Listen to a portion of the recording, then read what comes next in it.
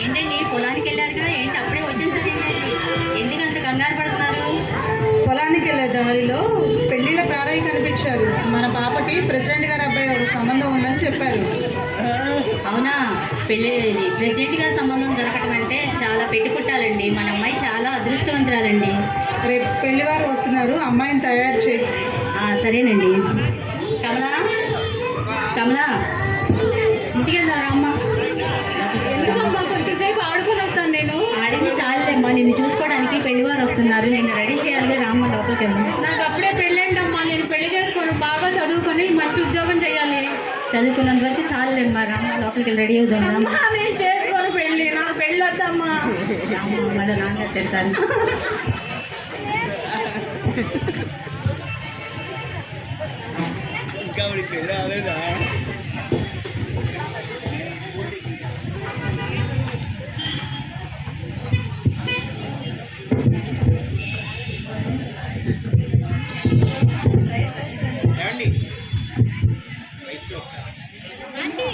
రండి వదిలినారు, రండి కూర్చోండి.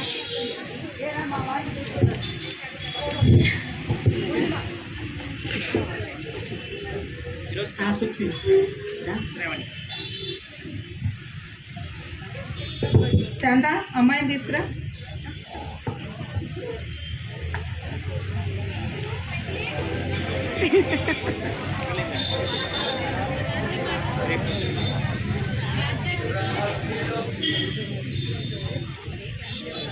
బాబు, అమ్మాయి ఎలా ఉంది? అమ్మాయి బాగా చిన్నగా ఉందమ్మా. నాకు ఆ వయసులోనేగా పెళ్లి చేసింది. మా అమ్మాయి నచ్చిందా నీకు? నీ ఇష్టం అమ్మా, నాకు బాగా నచ్చింది. రాజుగారు, మరి మా బాబుకి మీ అమ్మాయి బాగా నచ్చిందండి. మరి మీ పాపకి మా బాబు నచ్చాడా లేదా అడగండి. అది చిన్నపిల్ల, దానికి మేము ఎంత చెప్తే అంతే. శోభా, మీరు మంచి ముహూర్తం చూసుకొని మాకు కబుర్ చేయండి. సరే, ఈ నెల 2వ తారీఖు మంచిగా ముహూర్తం ఉందంట. వచ్చే నెల 2వ తారీఖు చూసి మేము మీకు కబుర్ చేస్తాం. అదే అండి. ఓకే.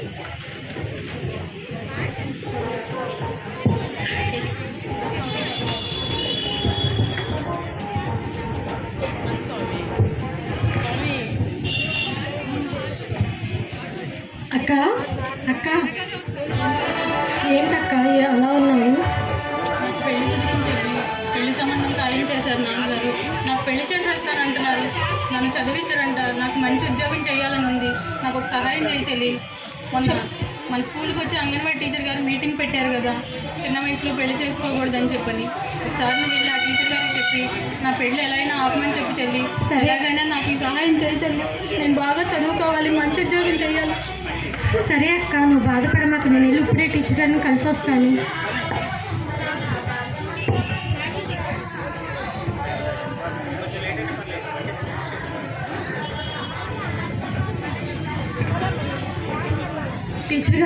టీచర్ గారు.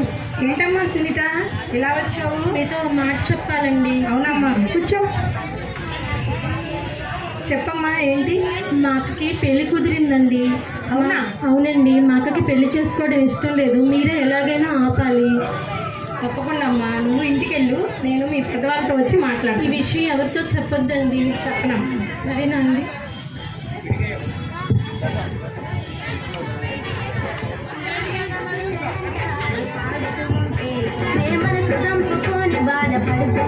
శాంతమ్మా, శాంతమ్మా, అమ్మా, మీ పాప స్కూల్కి వెళ్ళట్లేదంట.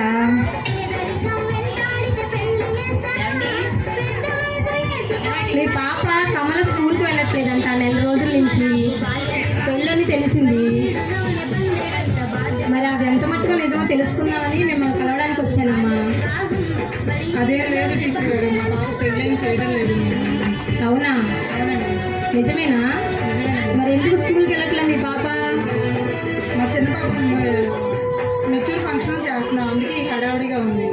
ఇల్లంతా చూస్తేనేమో వాతావరణం, పెళ్లి వాతావరణం కనపడుతుంది నాకు. మీరేమో లేదంటున్నారు. సరేనమ్మా, అలాంటి ప్రయత్నాలు ఏమైనా ఉంటే మానుకోండి. బాల్య వివాహాలు చేయడం వల్ల మీ పాప 10వ తరగతి చదువుతుంది, చిన్న వయసు. బాల్య వివాహాలు చేయడం వల్ల ఎన్నో అనర్థాలని ఇంతకు ముందు మీకు ఒకసారి చెప్పాను. ఒకసారి ఆలోచించండి అమ్మా, అలాంటివి ఏమైనా ఉంటే మానుకోండి. అబ్బాయి ఇప్పుడు అలాంటిది ఏమీ లేదండి. మా చిన్న పాప ఫంక్షన్ జరుగుతుంది, పెళ్లి ప్రయత్నాలు ఏమీ చేయడం లేదు. సరే అండి, అలా అయితే మంచిదేనండి. ఉంటాను.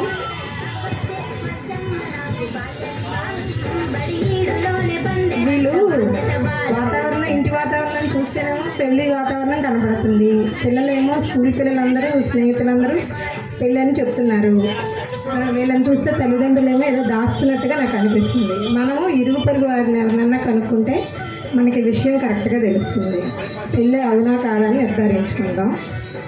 మన దారిలో పార్వతి వాళ్ళ మేనత్త ఉంది కదా, కమలా వాళ్ళ మేనత్తని కలుద్దాం. పార్వతమ్మా, పార్వతమ్మా, రండి రిషి గారండి, బాగున్నారా? బాగున్నామమ్మా, మీరు బాగున్నారా? బాగున్నా, కూర్చోండి. పర్వాలేదమ్మా. నేను ఇలా ముఖ్యమైన విషయం అడుగుదామని వచ్చాను. చెప్పండి. మరి మీరేమీ దాచకుండా చెప్పగలము. అలాగేనండి. మీ అన్నయ్య గారు రాజుగారు ఉన్నారు కదా, వాళ్ళ పెద్ద పాప కమలకి పెళ్ళని తెలిసింది. అవునండి, పెళ్ళేనండి. నిజమేనా? నిజమేనండి. రేపు శుక్రవారం పెళ్ళండి. నేను ఎవరికి చెప్పమాకండి మీరు ఈ సంగతి. నేను ఎవరికి చెప్పనమ్మా. మీరు కూడా ఆ పెళ్ళిని ప్రోత్సహించకండి అమ్మా. మీరు చెప్పారా వాళ్ళకి? చెప్పానండి రిషిగా అండి, నా మాట వింటలేదు రిషిగా అండి అండి. అవునా? సరే అమ్మా, అయితే పెళ్ళి ఖాయం అన్నమాట. ఖాయమే రిషిగా అండి. సరే అండి, చాలా మీరు ఇన్ఫర్మేషన్ ఇచ్చినందుకు చాలా థ్యాంక్స్ అండి. సరే, కమలకి పెళ్ళని నిర్ధారించుకున్నాము. ఇప్పుడు మనం ఏం చేయాలి? నా ఒక్కదాని వల్ల కాదు, మనము ఇంకా ఎస్ఐ గారి సహాయం కోరుదాం.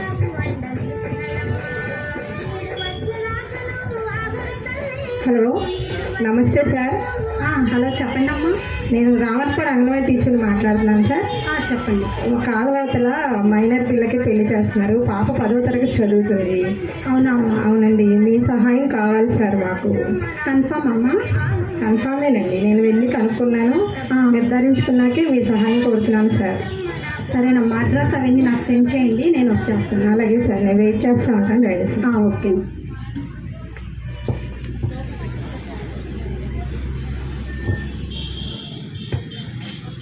నమస్తే సార్. నమస్తే అమ్మా.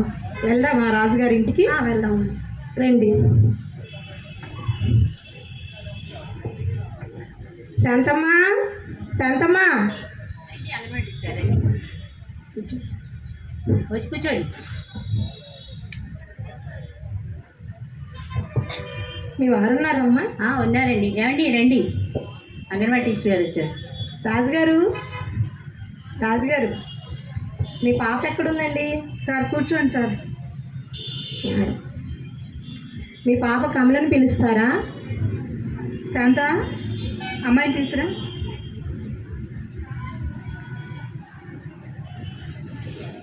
ఎస్ఐ గారు మాట్లాడతారంట మీతోటి. సార్ నమస్తే సార్. నమస్తే అమ్మా. ఏంటి కమలాకి పెళ్లి చేస్తున్నారని తెలిసింది, నిజమేనా? లేదు సార్, అదేం లేదు సార్. మేమన్నీ తెలుసుకొని వచ్చామండి ఇక్కడికి. అదేం లేదండి. అలా ఏం నేను మీ లేదు. పాపతో మాట్లాడతాను, తర్వాత ఏంటనేది చూస్తాను. ఇట్రా అమ్మా కమల. స్కూల్కి వెళ్తున్నావా కమల? వెళ్తున్నానండి. ఏం చదువుకుంటున్నావు? 9th పాస్ అయ్యి 10th వచ్చి 6 నెలలు అయిందండి. మరి నువ్వు స్కూల్కి వెళ్ళట్లేదని తెలిసింది, నిజమేనా? మా నాన్నగారు వద్దన్నారండి. వద్దన్నారా? ఎందుకమ్మా? నాకు పెళ్ళండి రేపు శుక్రవారం. అవునా? మరి మీ నాన్నగారు వాళ్ళు ఏమీ లేదు అని చెప్తున్నారు. పెళ్లి చేస్తామని స్కూల్ మానిపించేశారండి, స్కూల్కి వెళ్ళొద్దన్నారు. అవునా? ఏంటి రాజు గారు, పెళ్ళి ఏం లేదన్నారు, పాప ఏమో పెళ్ళి చేస్తున్నారని చెప్తుంది. చిన్న వయసులో పెళ్లి చేయడం చట్టరీత్యా నేరమని, 18 సంవత్సరాలు నిండకుండా పెళ్లి చేయకూడదని మీకు తెలీదా? అదేం లేదండి, మంచి సంబంధం వచ్చింది కదా అని. మంచి సంబంధం కదా అని చేశారనుకోండి, పాప ఆ శరీర అవయవాలన్నీ ఎదగక, బిడ్డ కూడా లోపల ఎదగక తల్లి మరణాలు, శిశు మరణాలన్నీ జరుగుతాయి. తల్లి చనిపోతుంది, బిడ్డ చనిపోతుంది. మీ పిల్లకి మంచి సంబంధం అని మీరు చేస్తారు. మీ బిడ్డ లేకపోతే ఆ పెళ్లి చేసిన ఉపయోగం ఏమైనా ఉందా? ఆ పిల్ల మంచిగా చదువుకొని మంచి ఉద్యోగం చేసి తల్లిదండ్రులుగా మీకు మంచి పేరు తెచ్చి మీకు ఒక గుర్తింపుని ఇస్తుంది కదా. కాబట్టి ఆ పిల్లకి పెళ్లి చేయడం ఆపేయండి. ఈ పెళ్లికి ఎవరైనా సహకరించినా పురోహితులకు కానీ, పెళ్లి చేసిన తల్లిదండ్రులకు కానీ, చూసిన చుట్టుపక్కల వారికి కానీ, దానికి సహకరించిన ప్రతి ఒక్కళ్ళు శిక్షార్హులవుతారు. అవునా అండి? అవునమ్మా.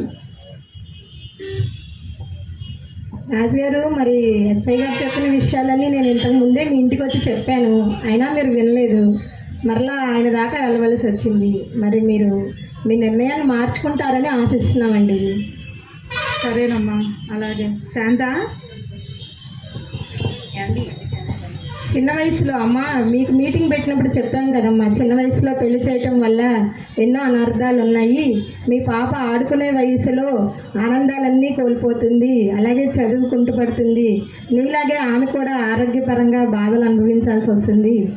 దీని ద్వారా మీరు చాలా విషయాలు చెప్పారండి. ఏమండి మనం కూడా ఒక మాట అనుకున్నామండి. ఇప్పుడు మన పాప గురించి, ఆరోగ్యం గురించే కదా ఈ అంగన్వాడీ టీచర్ గారు ఇంత ఇదిగా చెప్తున్నారు. అందుకని చెప్పేసి నాకు కూడా చిన్న వయసులోనే పెళ్లి జరగబట్టే ఇప్పుడు నాకు కాంతిలో కూడా బాలింత జబ్బు వచ్చి రక్తహీనతకు గురయ్యాను నేను. నా పరిస్థితి మనకు పాపకు రాకుండా ఉండాలి అంటే మన పాపని బాగా చదివించి 18 సంవత్సరాలు నిండిన తర్వాతే పెళ్లి చేద్దామండి. ఒకసారి ఆలోచించండి మీరు కూడా. తప్పకుండా శాంత. కమల, ఇలా రామా. నీకు మంచి సంబంధం వచ్చింది కదా అని తొందరగా పెళ్లి చేసేసి నిన్ను పంపించి అనుకున్నావమ్మా. కానీ నిజంగా మా వల్ల నువ్వెంత నష్టపోతున్నావో తెలుసుకుంటున్నావు. నేను ఉన్నత చదువులు చదివించి ఉద్యోగం చేయించి తర్వాత మాత్రమే నీకు పెళ్లి చేస్తాం. నిజమే కదా నాన్నగారు, నాకు చదివిస్తారు కదా నన్ను. నిజమేనమ్మా. సరేనమ్మా. నిజమేనమ్మా, నువ్వు కూడా చెప్పమ్మా. నాన్నగారు నిజమే చెప్తున్నారా? నిజమేనమ్మా, నువ్వు బాగా చదువుకొని 18 సంవత్సరాలు నిండిన తర్వాతే. సరే అమ్మా. చాలా సంతోషం రాజుగారు. మీలాగే అందరి తల్లిదండ్రులు వాళ్ళ బిడ్డల భవిష్యత్తు కోసం ఆలోచించి బాలికల ఆరోగ్యానికి సహకరిస్తారని మేమెంతో ఆశిస్తున్నాము.